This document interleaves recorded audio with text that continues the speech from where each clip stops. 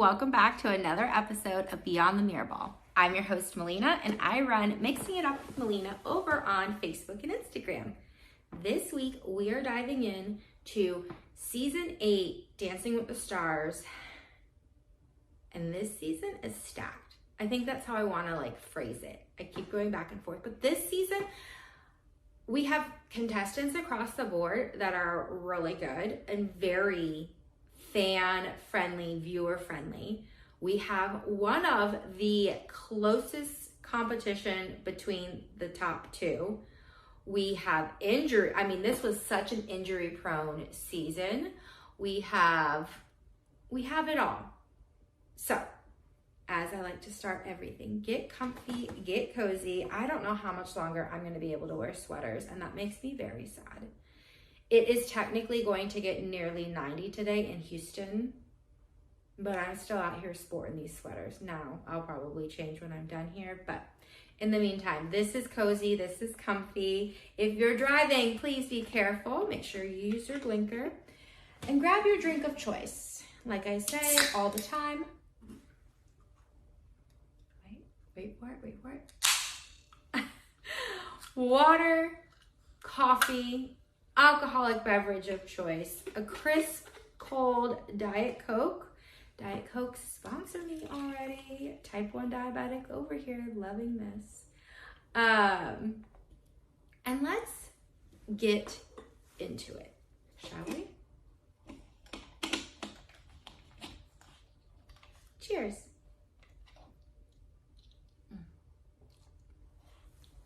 Okay, so let's set the tone. It is spring 2009. We have the same 3 judges. We have the same 2 hosts. Our judges are Bruno, Carrie-Anne, and Len. And our hosts are Tom and Samantha. We introduced 2 new dance styles to the ballroom this season. It's Argentine Tango. Again, same initial surprise as last season. Last season, the salsa was introduced, and for some reason, I don't know why, I always thought from the beginning it was ballroom and Latin, and it wasn't until this month, that I realized, no, that's wrong. So Argentine Tango was added, and then the Lindy Hop. Now, obviously, Argentine Tango has hung around, and the Lindy Hop hasn't. And then this was the first season where we were introduced to a dance-off. And the dance-off has transitioned throughout the 34 seasons, but this is the first season we're seeing it, so we're season 8, where basically the top 2 couples are given a song, and then they dance off to it. So that was the first time. All right, we have 13 couples again this season, so let's check in on who. We'll start from the bottom, and we'll work our way to the top and who won. Okay, so first to go home in season 8 was Belinda, Carlisle, and Jonathan. Belinda is a singer, famously known from being the lead singer from the Go-Go's. We got the beat, we got, you're welcome. 12th place was Denise Richards and Max. Denise Richards is the ever stunning model actress. I was surprised she went home as early as she did because I thought she had a bigger fan base, but at the end of the day, she just wasn't a great dancer. 11th place was Holly Madison and Dmitry Chaplin. Dmitry Chaplin is a new pro this season. Many of us, if you're my age or around it, knew Dmitry from So You Think You Can Dance. He was brought into the ballroom, and he is such a joy to watch, and he's stunning and all of the things. He was partnered with Holly Madison, the famous playmate, one of Hugh Hefner's 3 girlfriends from the reality show. Was it Girls Next Door or something like that? In 10th place, we had Steve Wozniak and Karina. Steve Wozniak is one of the original founders of Apple. 9th place, we had David Alan Grier, famous comedian actor, partnered with Kim Johnson. 8th place, we had Steve-O and Lacey. Steve-O is from the Jackass franchise. And so honestly, when I first saw his name back in the day when season 8 contestants came out, I was so surprised. It was so not expected at all, which may have been part of the shimmer of him being there. But also he went on, out of 13, he placed 8th. I think that's way better than I expected him to do. I really actually enjoyed him on that show. 7th place, we had NFL legend Lawrence Taylor and Edita. 6th place, we had real life couple. This was the first time a couple came into the ballroom, already established. Country music star Chuck Wicks and Julianne. Many thought that they met on the show and then went on to date, but no, they were dating before the show. They came on to be a couple on the show, and then, well, we'll get into them in a little bit. Next up, we had Queen Bee rapper Lil' Kim and Derek partnered together. We are going to talk about that. Oh my gosh, she placed 5th out of 13th, and she honestly, every week I was like dialed in, mesmerized. So good.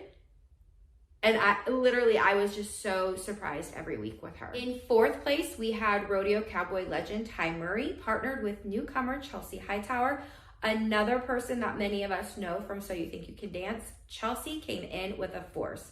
Stunning, funny, beautiful choreographer. Chelsea's also up there at one of the top 5 of my favorite. And yeah, so they placed 4th. 3rd place was Bachelor Nation Bachelorette, right on the heels of her having the heartbreak that she did, Melissa Rycroft. She was partnered with Tony Dovolani. Then 2nd place, we had Gilles. Did I say that right? I think there's a specific way you're supposed to say his name. Marini, the heartthrob from Sex and the City, partnered with Cheryl Burke. And then winner of season 8 was Shawn Johnson, Olympic gymnast, and her partner, Mark Ballas. So now that we know who all was on the show, let's talk a little bit more about some of them. Okay, so let's start off by talking about, there was 2 people.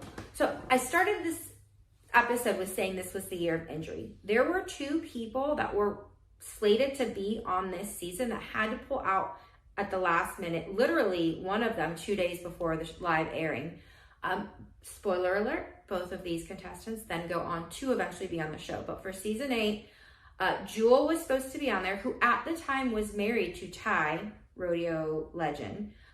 Jewel is the singer. She was slated to be partnered with Dmitry, but she fractured her tibia, so she had to pull out. And then famous news correspondent, E! Entertainment News, not E! Entertainment,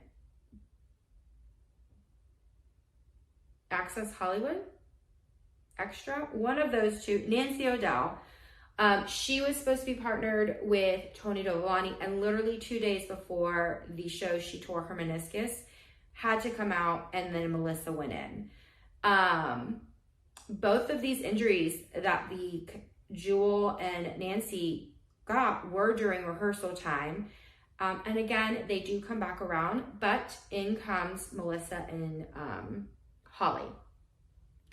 Other injuries that happened this season, Steve-O, honestly, this, take a drink every time I say honestly. Steve-O is from the Jackass franchise. Homeboy is known for hurting himself in the craziest ways and persevering. So somehow during week 1 and 2, he suffered a severe back injury to the point where he couldn't dance for week 2. So this is where we're introduced to the judges will then take the last rehearsal that was videoed, and they will critique and score the dance based on that. So week 2, he did not perform live, but the judges watched the video. Many of you are familiar with that because that's what happened this past season with Elaine. She had to remove herself from the one of the weeks because she was in the hospital for a rib injury. So they watched her performance from the dress rehearsal. One of the biggest disservices of our time was not seeing that live, that dance. Anyways, we'll get on that season 34. So Steve-O was injured that season. And then along with that, Melissa Rycroft from the Bachelor Nation, she had a hairline fracture in her ribs, but she continued to dance with that injury, which God help her. So those were the injuries of that season, and it feels like that was a lot, especially because they were all dance related. Let's talk about some key, I wouldn't necessarily call it juicy, but very key moments of season 8. One of them being, this was the season that many fans saw what they felt a different side to Cheryl Burke. She was partnered with Gilles, and she knew that with him as her partner, there was strength, there was athleticism, and because of the heartthrob status that he had with the age of women and men that were watching Dancing with the Stars, she leaned heavily into the sensuality that they could protrude from their dances and choreography, and she did it well. With that being said, as a viewer or someone who may not be familiar with coaching or dance, they watched Cheryl and felt that she was a bit aggressive. Some of the quotes were that she was extremely stern, hard to work with, and many fans just did not enjoy that side and that viewpoint of her. However, her partner said that he opened it or welcomed it with open arms, that he appreciated that she trusted him enough to be able to do the choreography level. She felt that he was capable of doing what she was creating, and she was going to push it until he could do it. He has always spoke very highly of Cheryl and Cheryl of him, but from the viewer fan side of things, it was a struggle point to watch Cheryl be that way. And to each their own. She wasn't doing anything wrong, but you got to do what you got to do, right, in coaching. But so Gilles, Cheryl, Shawn, and Mark are one of the tightest competitions in the final two. There was less than 1% difference in the numbers when it came to voting on the night of their crowning. Shawn and Mark ultimately ended up winning, but to this day, I don't know how many messages I've gotten from people wanting to talk about that they felt Shawn shouldn't have won. And there's just as many people that say Shawn should have won. For me personally, and I've talked about this with you guys in the past, I struggled with enjoying the contestant with one and the pro with another. With this season, it's no secret, I'm not the biggest fan of Cheryl, but I loved what she was doing with Gilles. Shawn, let's talk about Shawn real quick. Okay, so Shawn and Mark were a force. So good. And again, the way that Gilles and Cheryl could lean into Gilles and expect a lot from him with the sensuality and the athleticism, Mark was that with Shawn in the fact that she was strong and athletic, and he could do a different level of creativity with his choreography with her. And he did so. They had just as many unique dances. I believe their freestyle is voted as one of the best freestyles of the contestants. What I struggled with Shawn is what the judges also touched on nearly weekly, if not weekly. Shawn lacked emotion, which she is not one to, if you watch any of her interviews, if you've watched her on other competition shows, even as recent as just a few months ago with Special Forces, her upbringing and her gymnast ethic was to turn the emotion off. And she has said oftentimes it's hard for her to turn it back on. It is hard for her to see that, but it was evident. So evident way back when in 2009 when she was dancing. Dance is as much technique as it is storytelling and emotion, and they had the technique down, but it was so hard to connect with her on that emotion level. I never got that, and we all know, well, most of you, if you're new here, I am a strong, empathetic person. I feel off of people's emotion, and I just never got anything from her. And it's not a dig at her. She is going to talk about that herself often. But it is, because of that inability to connect with it, there was kind of this fair struggle point. And the judges touched on it quite a bit too. They wanted more from her on the emotional side of things. I didn't write it down, but even Len was like, your technique is amazing, but I cannot give you a higher score because I need more from you on the emotion side. And that is something that we should always take into consideration when we're scoring at home and things like that. Anywho, she still pulled it off. She still won. And I think for that one, it was, again, another quote I read somewhere, I don't have it in front of me, was that it was in either of their games. Either one could win. And everyone, I think, walked away from that season fully content with both of them deserved it. And I don't think that there was many, take that back. Many of you wished Gilles had won. But at the end of the day, Shawn beating him, okay, they both deserved it in their own ways. Does that make sense? I'm all over the place. Unexpected duo of season 8.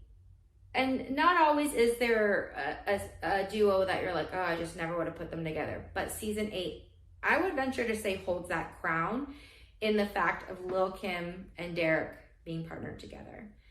Lil' Kim, if you're not aware, she is a rapper. Many know her being featured and with Notorious B.I.G., the Puff Daddy era of rap. Not to mention she was the original Queen Bee before Beyonce somehow took that title. But Lil' Kim at that time was very, I would say, if you didn't know her from her music, you know her from her headlines.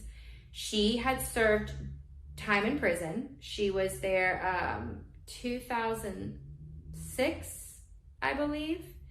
And she was there for just shy of a year. She was serving time because she lied to a grand jury about information of a shooting in New York City, I believe it was. And because she got caught with perjury, she served her time. While she was in prison is when she watched Dancing with the Stars. So if she was in prison 2006, so circa, what was that, seasons 4 and 5, somewhere in that realm. And so it was then that she fell in love with the show. I don't know if she asked to be on it or they reached out to her, but she got on the show. And this was her way of essentially trying to redeem herself and show that she was a changed woman. And Derek, this is one of those moments where Derek really proved he can make anyone dance.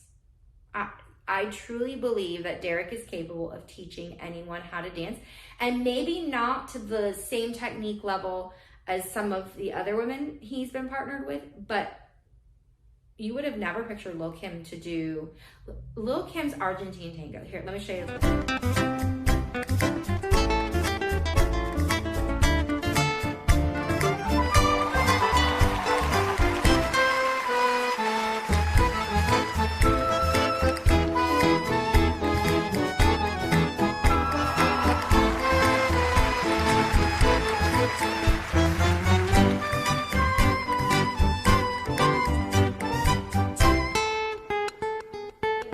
Alone shows what Derek's capable of and how he gets his contestants or his partners, even off of the show, to find the confidence within them to attempt ballroom and to do it pretty well too. So yeah, I was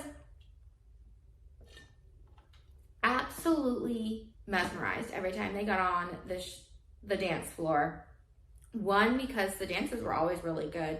And 2, it was just so, in the same breath that you were surprised to see Steve-O from Jackass be on the show, Lil' Kim, who is a rapper and the gritty rapper, be on it. It was just kind of, bewildering in a sense. And so, now, I loved it. Season 8 is very, I don't know. It has so many like cool memories of like just being mesmerized, I guess. So this is the first season where we bring a real life couple into the ballroom. And a real life couple may or may not walk away unscathed or changed at all. And then they might. Chuck Wicks is a country music artist, and he and Julianne had been together for a couple months prior to them being casted on the show. They went on to the show as a couple. Producers knew it. There was a lot of people that just thought, oh, they loved each other right off the bat. But no, they went into the show as a couple, and it was not always the prettiest. Julianne even said at one point in one of the blocks of them talking that he was the worst student she had ever worked with. There was a lot of drama, there was a lot of bickering, a lot of tension. It was evident on the camera. And then Chuck has gone on to talk about their time together on one of his podcasts years down the road, and talked about like the tension was always constantly high, and inevitably they broke up shortly after the show. So they were together, give or take, about a year. They made it seem like they broke up and like everything was, we're on good terms, we respect each other. But he went on to go on his podcast and say that was not at all how it went. It was actually very dramatic. It was very messy. And when they broke up, initially the public was under the impression it was just because their schedules were so crazy. And he's like, no, there was just so much more. And a lot of it stemmed and started and pulled from their time on the show. I don't think that Julianne ever really touched on it. If she did, I missed it in my research. But yeah, it was, so many couples go into it and prove that I think if you want to be a successful couple on a show like this, you have to have amazing communication and have a presence of like being able to take critical critiques from your partner. And if you can't, then I don't know that you would be successful. Case in point. So we're only on season 8, but I've been picking the Andy Richter Award every season and presenting it to the contestant who stayed longer on the show than anyone really anticipated. And doesn't necessarily mean they grew as a dancer, but the fans loved them. Everyone was waiting for them weekly. And again, it was someone that many thought would go home within weeks 1 and 2 and ended up progressing longer. I struggled this season with picking my award recipient. I had 3 that I kept going between. And so I was going between Steve-O, because I honestly thought, I just never saw Steve-O being on the show. And out of 13, they placed 8th, him and Lacey. And I just remember, honestly, I remember being shocked at how graceful he was, considering his career and history is anything less, nothing to do with grace. And I just remember thinking, gosh, Lacey took this and made this. And so, however, I was torn between Lil' Kim, because also kind of in the same sense, surprise, I wasn't anticipating that. And then Ty Murray, who was the rodeo cowboy legend, partnered with Chelsie Hightower. And Ty and Chelsea kind of started off a little like, not bumpy, but as anyone does when they've never danced before. However, they came in 4th place and he did so well. And so I went back and forth, and then I was like, oh, you know what? I'm just going to do 2 of the 3. And then literally right before, and you can see I'm still kind of second guessing my decision. I went with Lil' Kim. Lil' Kim for season 8 earns the Andy Richter Award, someone that stayed on the show that you weren't anticipating, that you weren't really sure what to expect, but you really ended up enjoying them on the screen, being surprised by what they could do, how they were trying. And while Steve-O and Ty definitely embedded that too, and I'm not, either of them could earn that, I went with Lil' Kim. So congratulations, Lil' Kim, you are welcome. Well, we're not on the All-Star season yet. It's coming around the corner. Many of your contestants from season 8, a handful of them go on to be in the All-Star season.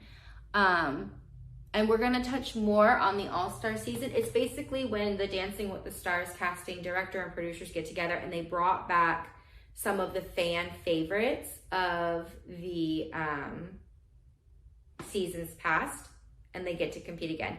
Many would love another All-Star season. However, that All-Star season, even though it was packed full of our favorites, for whatever reason, it did not do well numbers-wise. And I fully believe that is why we've never had an All-Star season since then. And again, we're gonna touch a whole lot more on that coming up, but have no fear, a small handful of your favorites from this season go on to compete again. With that being said, that wraps up season 8. Like I said, there wasn't a lot of like juicy moments of this, but this season was stacked full of key mesmerizing moments. And I am so glad that you're here with me. Every week, I will remind you guys how grateful I am for you. I love chatting with you guys. If you haven't or you ever want to, feel free to message me over on Facebook or Instagram. Make sure you're following me. And I love conversing with you guys. Truly, it brings so much joy to me to have those kind of conversations. And I touched on it on my walk and talk yesterday, but I'm going to touch on it again. I love that this community that we have built together, because you guys did it with me. We can have conversations and not see eye to eye, and I absolutely adore that, because in a world that we live in today, it is rare to have conversations without feeling attacked or attacking someone because they see or feel or look at differently than you do. And that's just bogus. That's absolutely bogus. So thank you guys for helping me create that. I am ever so grateful for it. If you would do me the biggest favor, please subscribe to this channel, like this video, feel free to leave a comment. And the same with over on Instagram or Facebook. Please be sure to give me a follow. Make sure you're liking all the things. Let me know what you're loving or what you would love to see more of. Is there something I could be going a little bit more in depth on? And then have no fear, in the end of this month or beginning of April, I will be releasing my first round of prospects. People that I have thought, they could do really good on season 35 of Dancing with the Stars. Again, something that you and I are constantly talking about over on Instagram and Facebook. I have my list. It's my first round of choices. I think it's good. And I have a couple that are left over from last season that I want to bring back for this one, because I think I'm onto something. Yeah, have a great week, guys, and I will see you next week. Bye.